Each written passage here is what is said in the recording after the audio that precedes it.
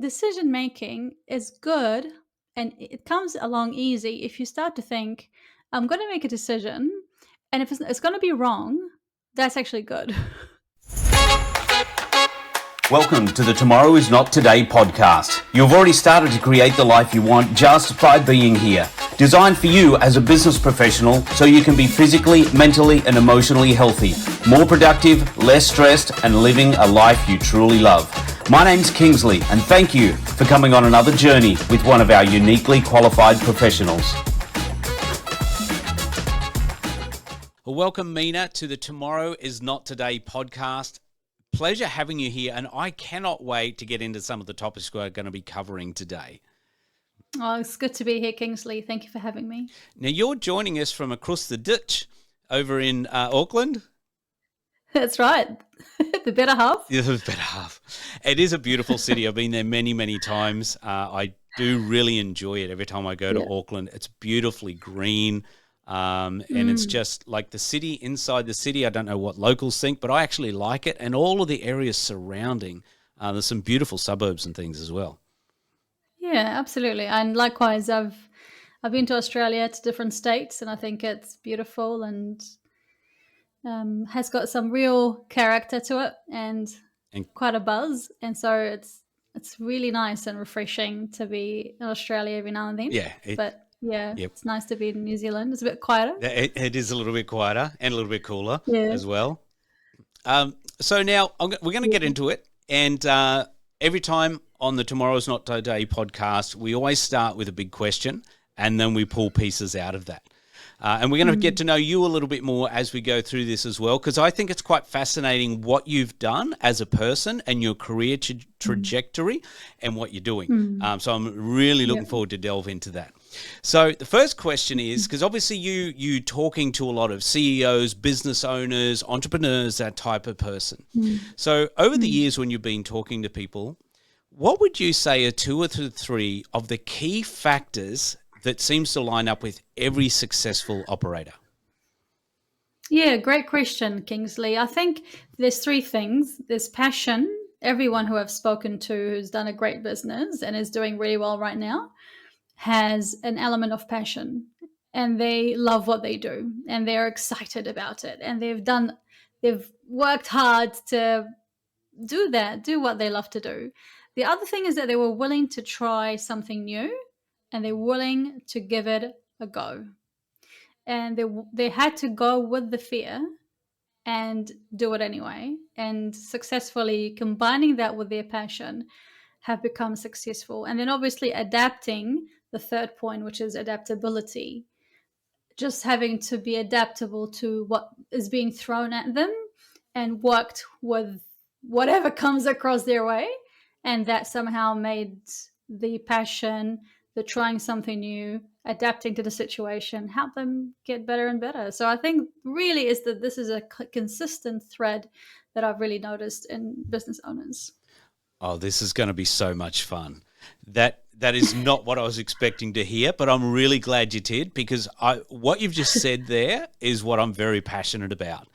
Personally, and how I try to encourage people with my own coaching mastermind groups and that sort of thing. So one of the things you said there is there's something that they're passionate about, because I hear 2 sides of this stories quite regularly. Don't just go for what you're passionate about. Find where the money is, build your business, go that way. And then other people are like, no, if you aren't passionate about this, when the hard time comes, you're going to give up and try and do something else. So expand on that from what you've learned and your own personal experiences about how passion works there. I agree with you, because passion can sometimes be something that wouldn't pay the bills, right? It's true. So it could be something that is like you're an artist and you love drawing stuff, or graphic artist, and you're just not quite there making money. And if you threw all your heart and soul into being able to wanting to follow your passion and make it work, it could work. But you've got to know the skills, You've got to be able to know how to make it work. And so following your passion is good if you know how to do it. Sometimes people follow their passion and they're not good at business, and they don't know where to start, and they just keep sort of blindly, going into it, taking them a very long time. And if they don't engage in someone who understands how to run a business, then that passion can actually become a liability. On the other hand, if you have a passion and perhaps you're self-aware and you understand, like, I know my passion is good, and if I build my skill, if I get the right person to help me get there, it's good. But for now, I'm going to not fully pour my all into it. I'm going to go and do a boring job or just a job and earn regularly and not pursue my passion, but pursue something that will pay the bills. Meanwhile, developing my skills, doing what I can do better, and then slowly pouring my heart into this passion and doing it full time. So the very interesting two school of thoughts. And I think I am for both. Because if you don't love what you do, how can you make it through the crappy times, right? Like, how? Like, you have to love it and do it, and it's going to carry you through. The love for it's going to carry you through. It's kind of like a relationship. If like the love for that person, yeah, it's going to carry you through. And obviously love looks different throughout the relationship. It looks like feelings one time, it looks like action, but it's a decision eventually. And you have to decide to do business, whether you love it or not. But you've got to have that passion for it. Long answer. No, that's huge. You covered a whole lot of things there, which is fantastic. And you're right, there is that whole passion side. And I think you've described a sort of like a wise way of going about it as to where are you on that scale? Can you just go all at it now? Or do you work another job for a little while and get into your passion? Yeah. I do talk to a lot of people who are like, I can't wait till I retire and then I can do this.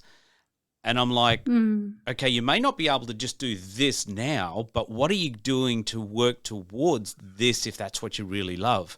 And that's a big important thing. And one of the other things you picked up on there, or you said, was the decision, sorry. It is a decision to make. Do you find that some people don't make the decision, or they want to do something, but they don't decide, I'm going to do this because of the fear of, I've got responsibilities, I've got to pay the bills, what will I look like if I fail, or different things? What have you noticed talking to people about that? Yeah, well, let's preface this answer by saying that I'm, when you're looking at the DISC personalities, the DISC, I am D and I, so decisive or direct or dominant and inspiring, influential. So I make decisions and I just go for them. I just go and do them. So that's how I do it. I think I used to be a lot less decisive and jumping into something, because I've discovered that people who take a very long time to make a decision misses out. They miss out on the opportunity. They just take too long and they just overthink it. And I've probably noticed in my life also there've been points where I've let some really cool opportunities slip and look back and go, I should have really, made a point and to make a decision. And I didn't, so I missed out, right? So, but there's so many friends like around me. If you like me to give you an example, of friends who are in a job, in a career that they really don't like, and it is such a slow and painful process for them to finally make a decision to either drop their hours and find something else to learn, or to upskill themselves to do better. I know someone who, every time we chat, they are just still thinking, they're still looking. Well, you have to make a decision at some point, right? And when you're not making a decision, is actually a decision. So you're deciding not to decide. Now it's really good. I'm glad you brought up that about the time to make decisions, because opportunities, they can go through. I remember listening to or watching TikTok, which is one of my favorite educational tools. If you know how to use it, it's great. If you don't, it's a big time waster. But a lady by the name of Cody Sanchez, who's a serial entrepreneur, owns a lot of businesses. I love Cody. Yeah, she's awesome.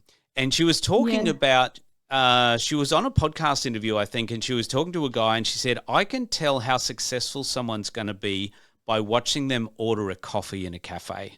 And he's like, how do you do that? She's like, if they're going to take a long time to decide what coffee they make, when it comes to the big decisions, they're not going to have a chance, because all of the opportunities are going to be gone, and they won't be able to decide what to do or make a decision to go in a direction. I love what you've, like, it is such an interesting comment, because I find myself sometimes finding it really difficult to decide, like, if I'm in a takeaway shop, there's so many good choices and I don't know what to pick. And I was like, how can I do this? But then in big life choices, like leaving my profession, which is one of the things that I take really pride of, not because it was bad, but because I wasn't the right person for it. I gave it time, 5 years, and I thought, if really I don't like it, I'm going to have to move on. And I did, and I made a decision and I moved on. And I was like, I didn't dwell in the notion, what am I going to miss what am I going to miss in the job?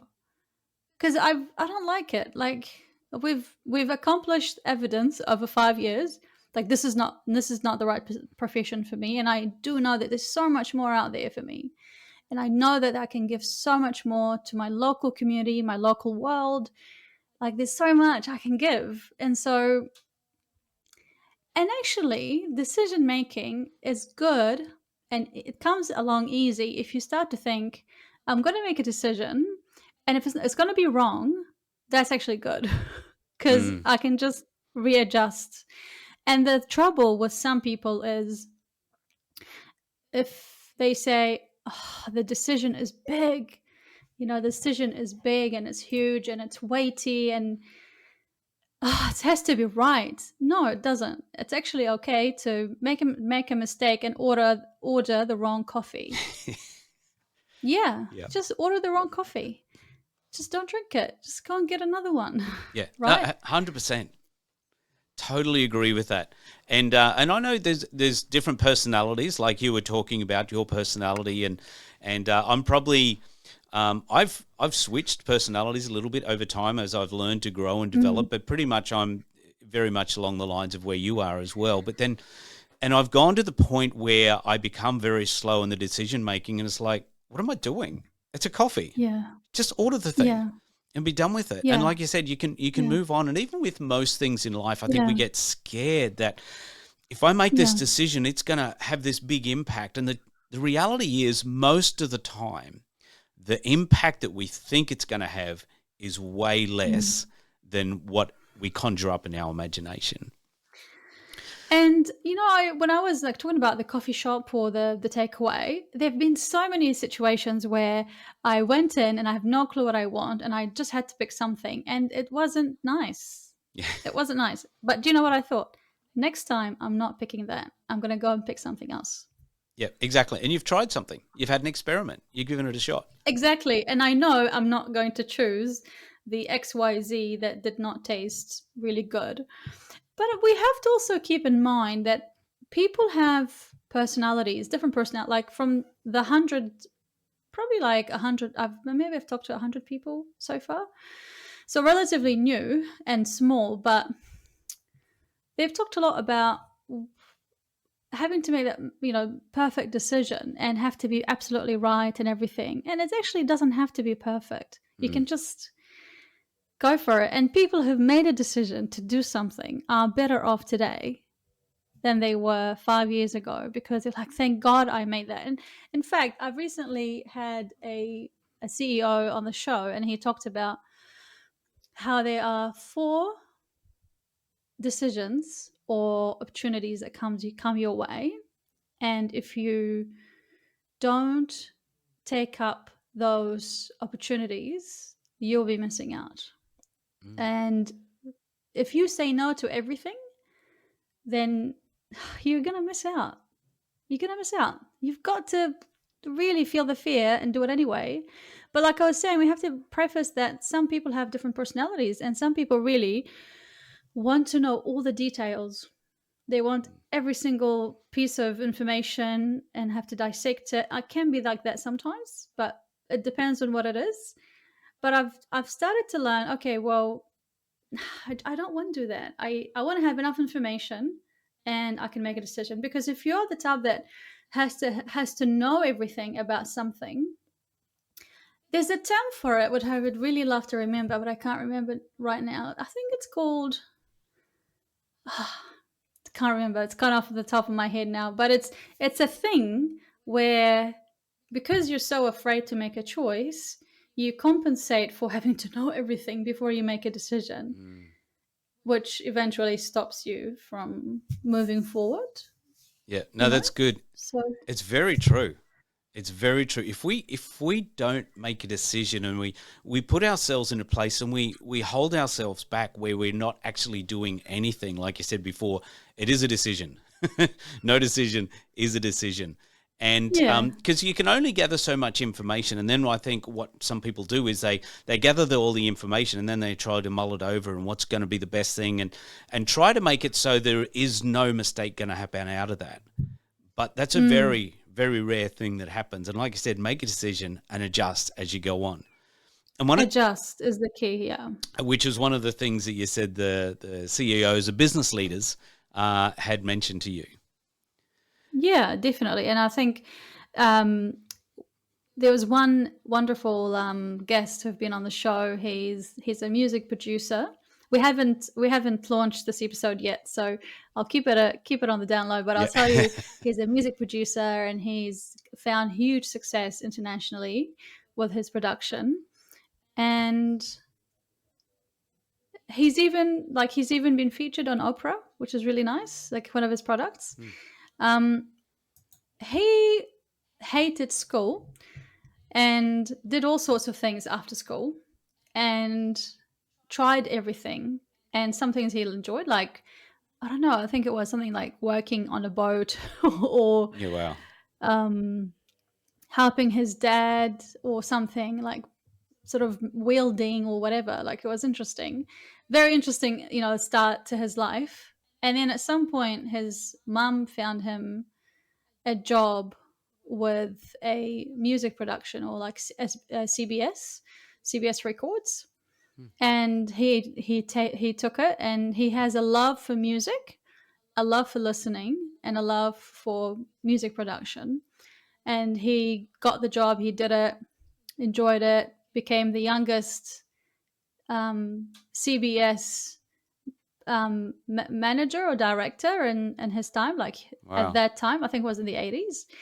So, but he went for it. And if he would have to think too much about it, he would have missed the opportunity, because later on in life, when he went on to, he kind of discovered someone, like a pianist in a lobby in an Auckland hotel. And he just thought, this pianist has got something different. And he was having coffee with his wife after dinner in an Auckland hotel. And he went up to the guy and said, look, I think what you're doing is amazing. I love the music. I think we should work on the project. And the project that they worked on ended up with Oprah. Oh, wow. So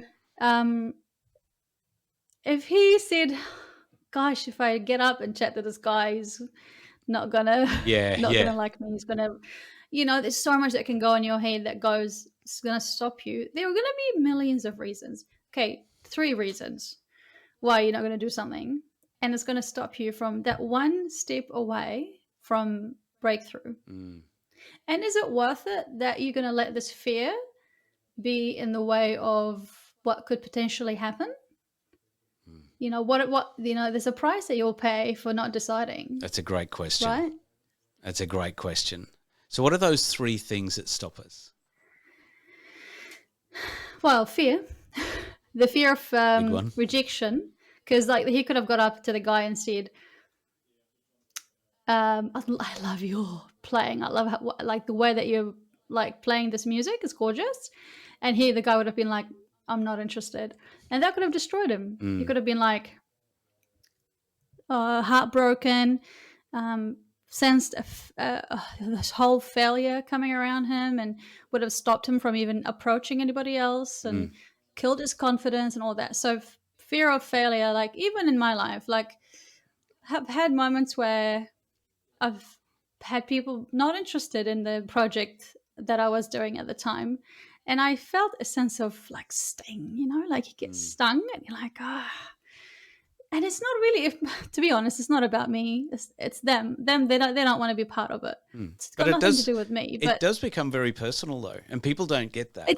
But it yeah, can become personal, and you've got to rise up to get over it. But if you're in business, you don't want to have anything personal. That's why they say it's business, it's not personal. Yeah. It's not you, it's business. And so it's absolutely them.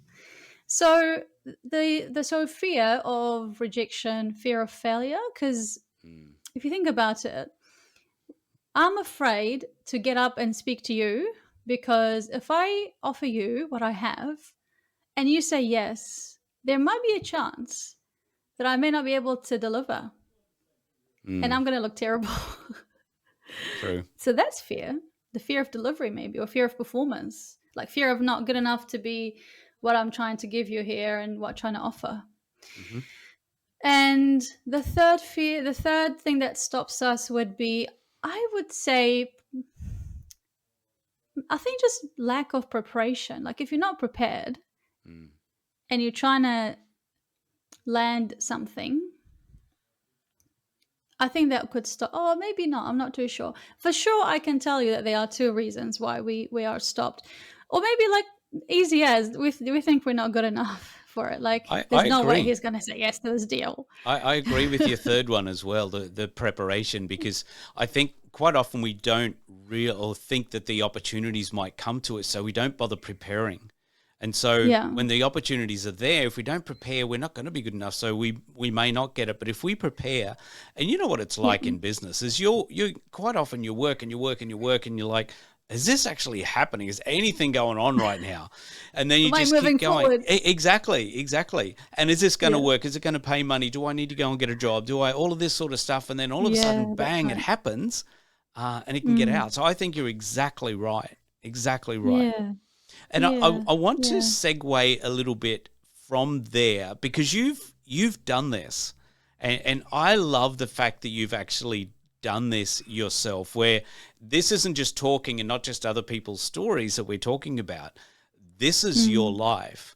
And when I was researching, I'm like, this is exactly the message I'm trying to get across to people, is what you're actually doing. Now, it's going to look different for everybody, but it's a similar thing. So here you are, you've got a nice career, nice paying job, things on the outside look fantastic, but for you, it's like, I'm not fulfilled here. There's more to this.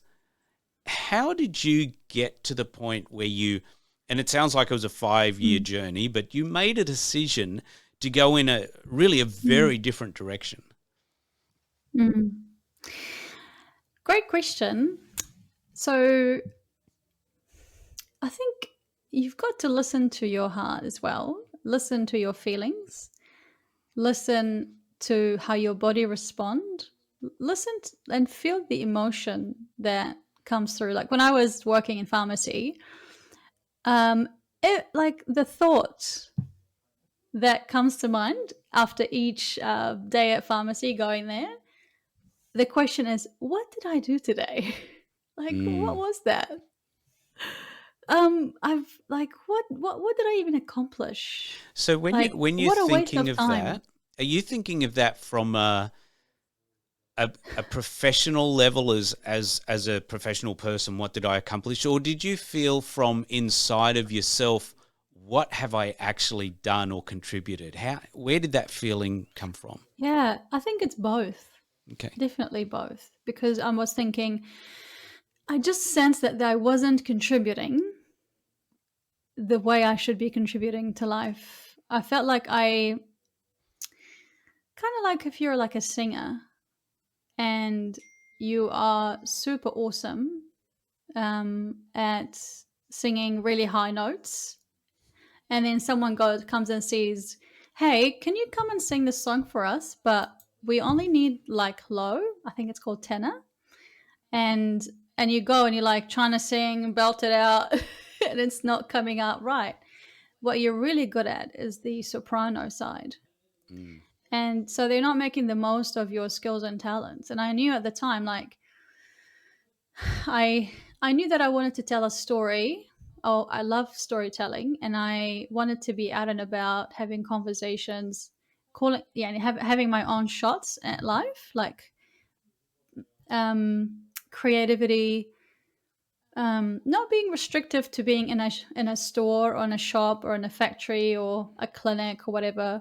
So it's these things like there was a real tension and a conflict between where I was and the environment that I was in, what I was doing, versus what I started to feel like these things are what I really should be doing. And these things that I really should be doing started to become more and more profound because I started to help out at this little production. We had a little community production for fundraising, and I was involved in telling a story as to why people started to invest in this fundraising and where this money has gone, and promoting it and marketing it.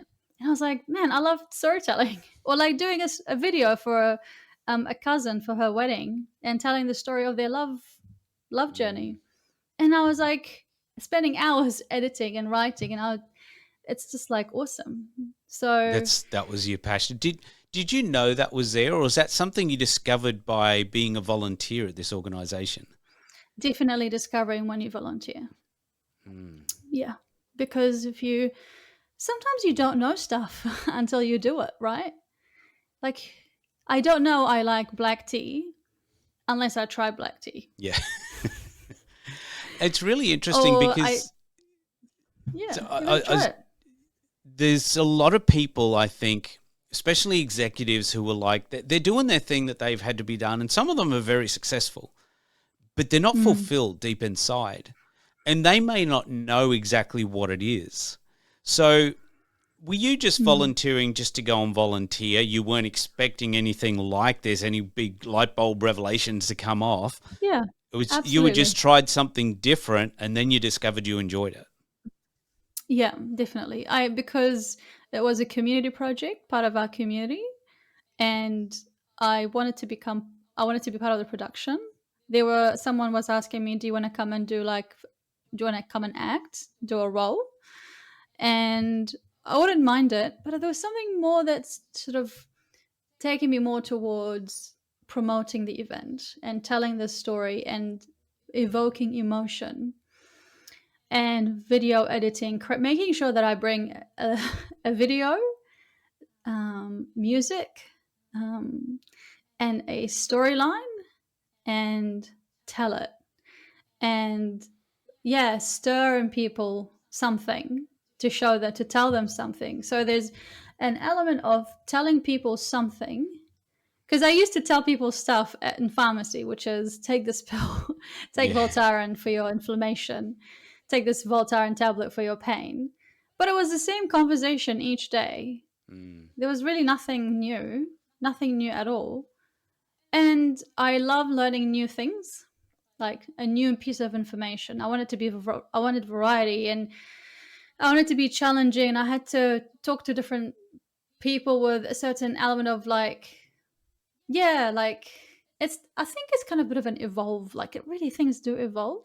Was And that something you discovered about yourself, that you like to learn new things and discover new things and find out about people's stories, or yeah, because I think I didn't have a realization of that when I was at university.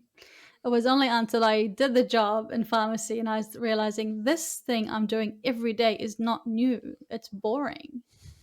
So if it's boring for me, if I'm finding the work I do boring and not like it's not exciting and it's not challenging, that means I need a job that has variety. And what I'm doing right now is not variety. Therefore, what is a job that has variety? Or actually, I did love storytelling. I did watch a video of Oprah Winfrey talking about life, leadership, and whatever, and career, and everything she talked about was amazing, and I connected with, and why she became a journalist. I like to write. I like variety. I like to learn new information. I like challenge. I like telling stories. I like videography and editing. Media could be a way, right? Like you bring it, like everything comes together Yep. as you start to first go, I'm happy. I'm not happy with this. I've got to make a change, and that's the way the decision comes in.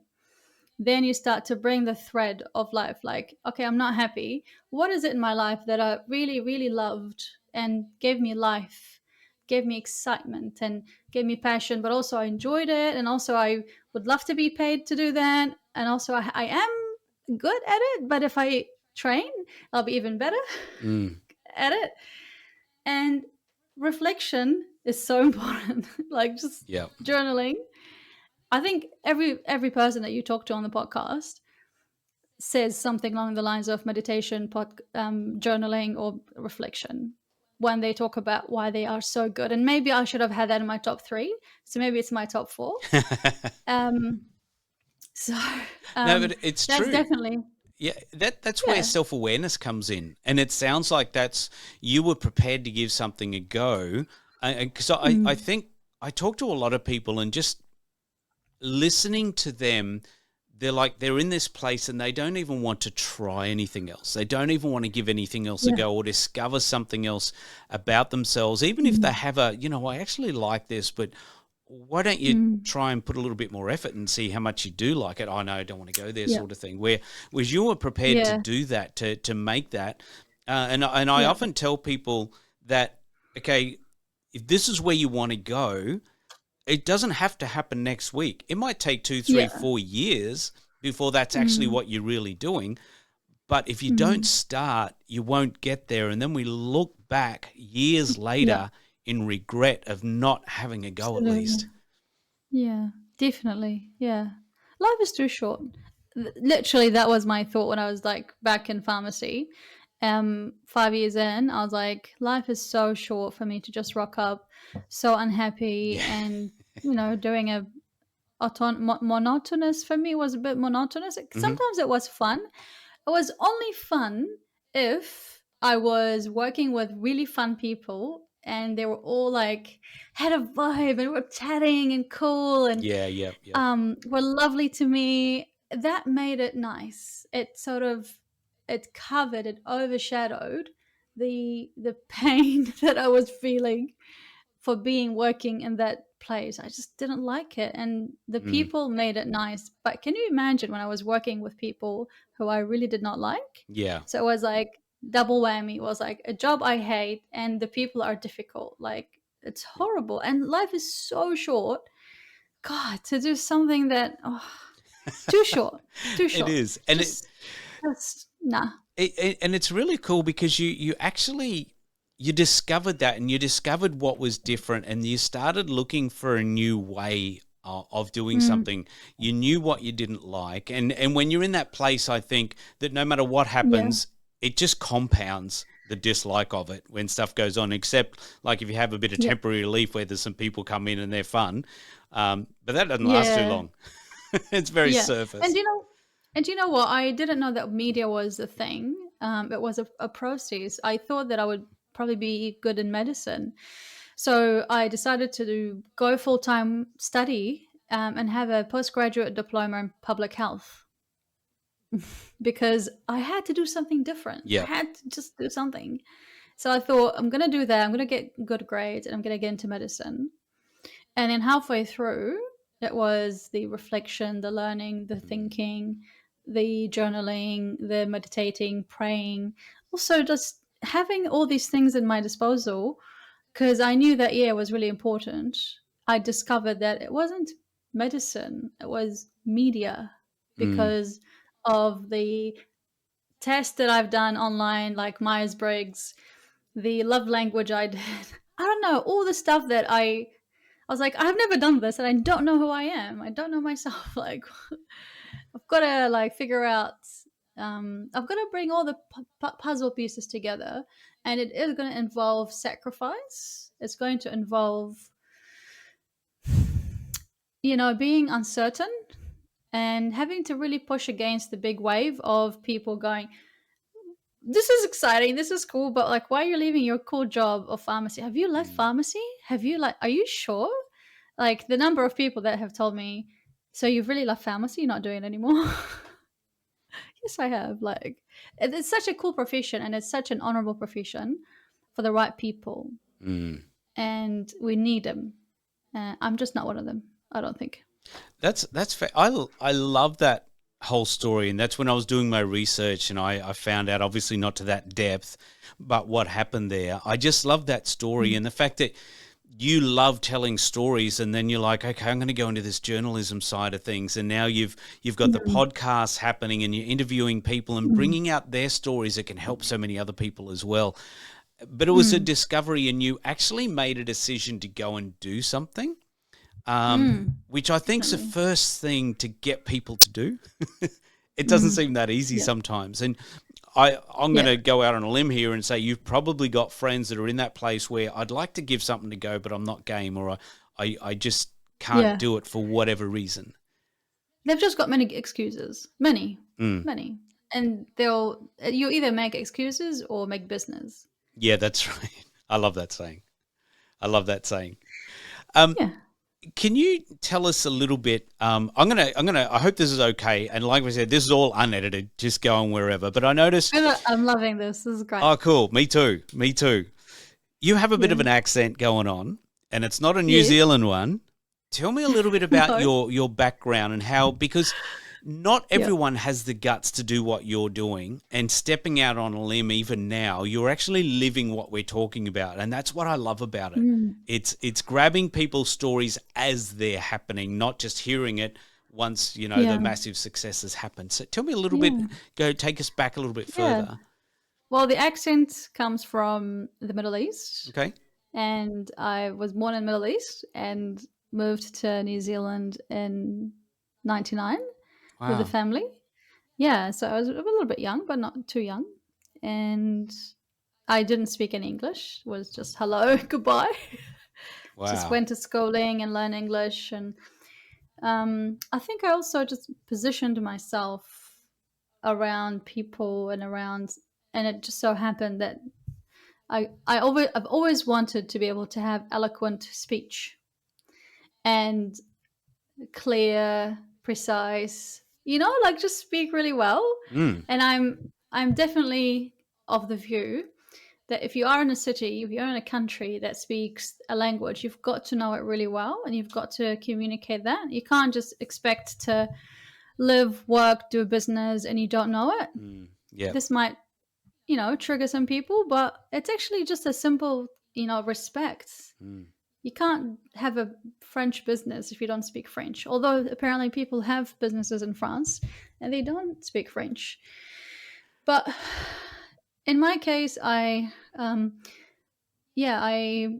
worked hard. I give thanks to my parents earlier in the days when mom used to write some words in English that I did not know the meaning of. And then she would write the explanation, the translation on the other side in Arabic, and I would come back from school and would go over it and learn. Right? So you just do it. Like, you just have to go and learn it. And slowly we got, better and better. I got better at school and at learning and speaking. And obviously it's a huge thing because I talked to a lot of people on my previous podcast, the Mina show. Now it's the Notes of the Executive. No, it's from the Executive.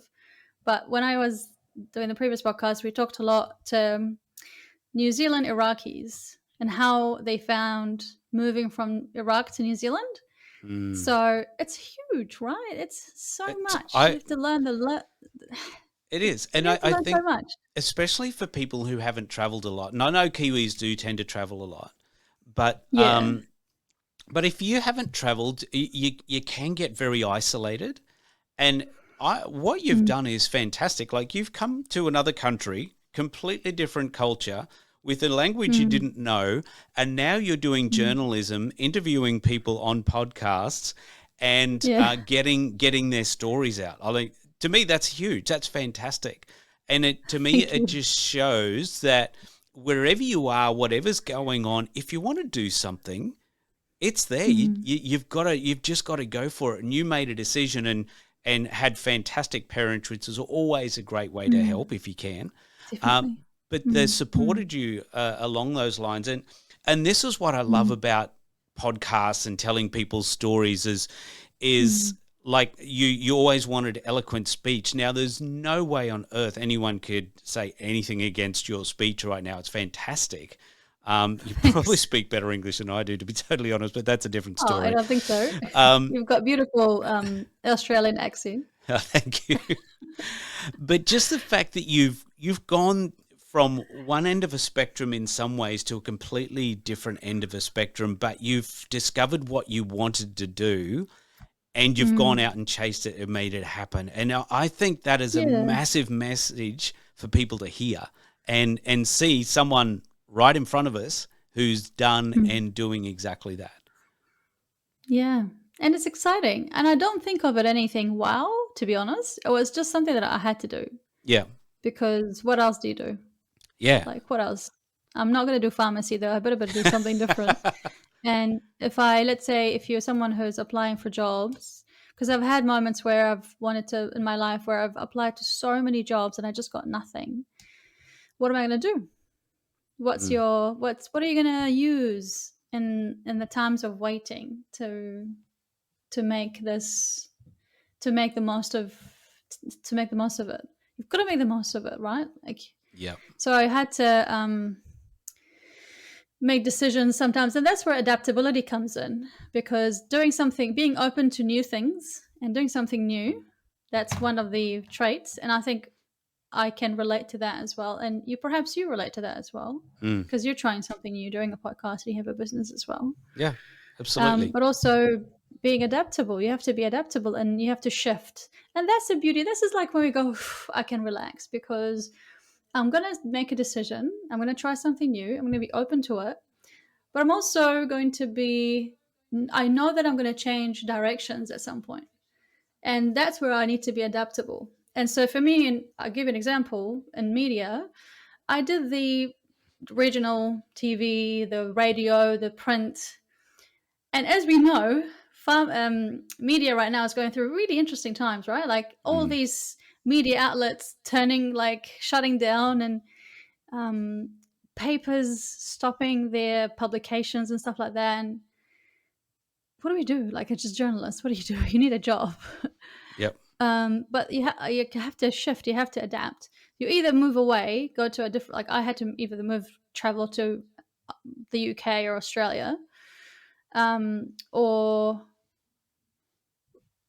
start my own thing, reinvent the podcast and start something new. And that's what I've done. I love it. I had to adapt. Even what you had going, you've adapted that and changed that to suit better. This is a message that I'm trying to get across to a lot of people, is exactly what you're doing. And I'm loving interviewing someone who's actually living this all the way through right now and making it happen. And I want to encourage any listeners, any viewers that, if there's something there, just give it a shot.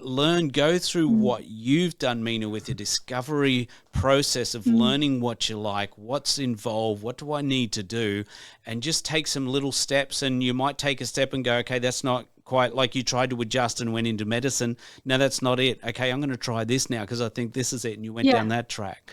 Exactly. I take my hat off to you. I think it's fantastic because not a lot of people can do that. Thank you. So tell us, so kind. We're going to have to wrap up soon. I would love to keep going, but tell us a little bit about your podcast, the one that you're just about to launch, because it's really, really exciting. Yeah, thank you. It's a business podcast because I'm very much interested in business, but it's also holistic. So I have it's called Notes from the Executive, and we have a YouTube channel. We're on Spotify and Apple, hosting, entrepreneurs, business leaders, experts, so like a brain expert that can tell you how can we have better memory, or someone that can tell me what are some of the banned foods that we don't have in New Zealand and how good it is that it is banned. And if it's something, if you buy a packet that has a banned product, what do you need to do?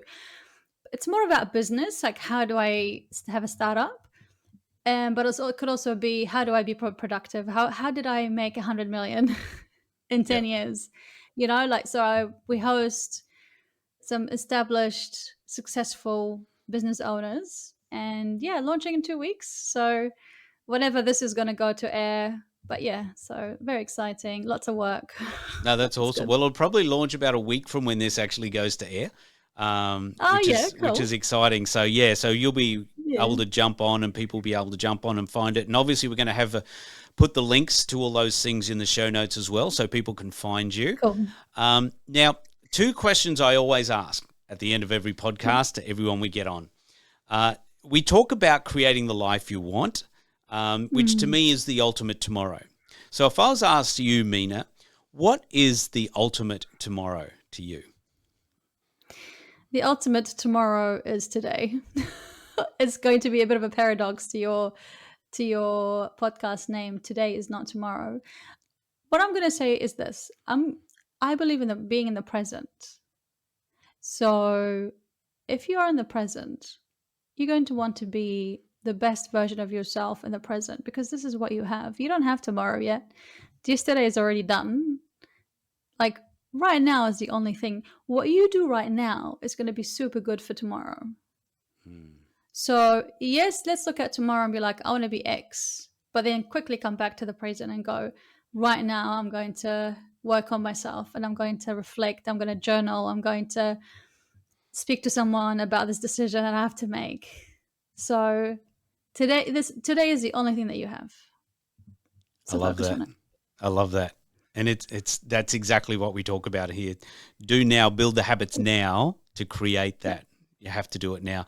You pretty much answered the next question, but I'm going to ask it anyway in case you want to had a little twist on it by any chance. Is how do you create the ultimate tomorrow? How do I create it? I think it starts with mindset, right? The mind. It starts with the mind, with a thought, and then it becomes action, and then it becomes a habit, and then it becomes tomorrow, and then it becomes 10 years. So please pay attention to your mind, because it's so powerful. And I speak that to myself as well. So be present. I'm being present to today, and I'm like being aware of my mind and what I'm thinking about, what I'm believing, and reflect. Please reflect. Yep, reflect. 100% have to do that. Reviewing stuff we talk about with all the coaching we do, same thing. We reflect on the last week, the last month, the last 3 months, and what do we learn and grow from that and change and just, or what do we emphasize or whatever. 100%. Mina, thank you so much for joining us on the podcast. It's been an absolute pleasure. I love where you went. I love your story, and I know people are going to get so much out of what you've told us and talked to us about today.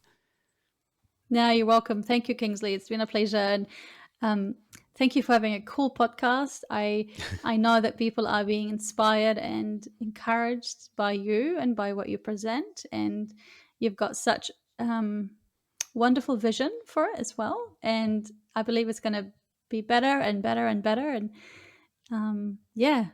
go well. Thank you for the opportunity. Thank you. Oh, one more question I forgot to ask is where can people find you or connect with you the best?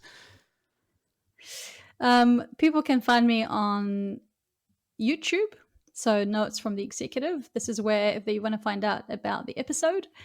And we drop an episode every week starting September, the spring. But we also have clips on Instagram.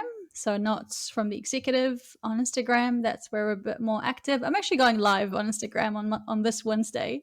Awesome. Just talking about answering all the questions that people have been asking me about what is your podcast about and who's going to come and da-da-da. So, it would be really fantastic if you'd like to support. well, actually, I've been telling people, if you like the episodes, do not share it to anybody. It's like a reverse psychology. People's gonna start sharing it everywhere. But yeah, like Instagram, come say hi, Instagram, and yeah, YouTube would be nice. Yep. No, we'll definitely put all those in the show notes, and I'm sure there will definitely people connecting with you. Fantastic. Thanks, Mina. Have an awesome day, and remember, create the life you want. Thank you, Kingsley. You too.